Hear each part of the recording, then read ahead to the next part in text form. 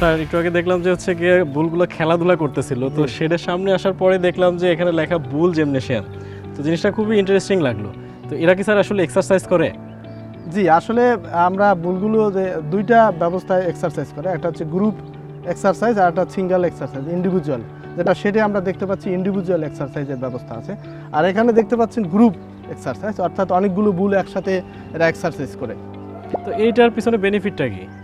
এটা আসলে অনেক প্রকার বেনিফিট রয়েছে, তার মধ্যে উল্লেখযোগ্য হচ্ছে যখন এই বুলগুলো এখানে এক্সারসাইজ করে, এর ফিজিক্যাল এক্সারসাইজে আপনি জানেন যে রক্ত চলাচল বৃদ্ধি করে, পাশাপাশি হরমোনাল অ্যাক্টিভিটি, বিশেষ করে টেস্টোস্টেরন হরমোন, যেটি আমাদের সিমেন উৎপাদনের ক্ষেত্রে খুবই গুরুত্বপূর্ণ ভূমিকা পালন করে, টেস্টোস্টেরন লেভেল এরা বৃদ্ধি করে। তাছাড়া আপনি যখন এখানে আসে, অর্থাৎ ওরা যখন এক্সারসাইজ করে, এদের মধ্যে একটা মনস্তাত্ত্বিক একটা রিক্রিয়েশন পায়, অর্থাৎ একসাথে এক্সারসাইজ করলে এবং জানেন যে আমরা যখন আমাদের যেরকম একটা মন আছে, আমাদের সারেরও এরকম একটা মন আছে, যখন ওরা আসে একটা বিনোদন পায়, এবং মন যখন ভালো থাকে, উৎফুল্ল মনে সব কিছুই ভালো হয়।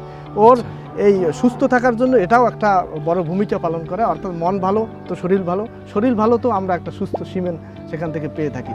তো সত্যিকার অর্থে মনস্তাত্ত্বিক একটা মানুষের যেমন বিষয় আছে, তার যেমন আবেগ অনুভূতি রয়েছে, তো আমার মনে হয় যে আসলে অ্যানিমেলের ক্ষেত্রেও এই সেম জিনিসটা রয়েছে। তারা যদি এরকম খোলা পরিবেশ পায়, তারা যদি এরকম রিক্রিয়েশনের সুযোগ পায়, তাহলে আমি মনে করি যে শুধুমাত্র সিমেন উৎপাদন নয়, যারা ডেইরি খামার করছেন তাদের খামারের গরুর উৎপাদনও কিন্তু তারা এখান থেকে বৃদ্ধি করতে পারবেন।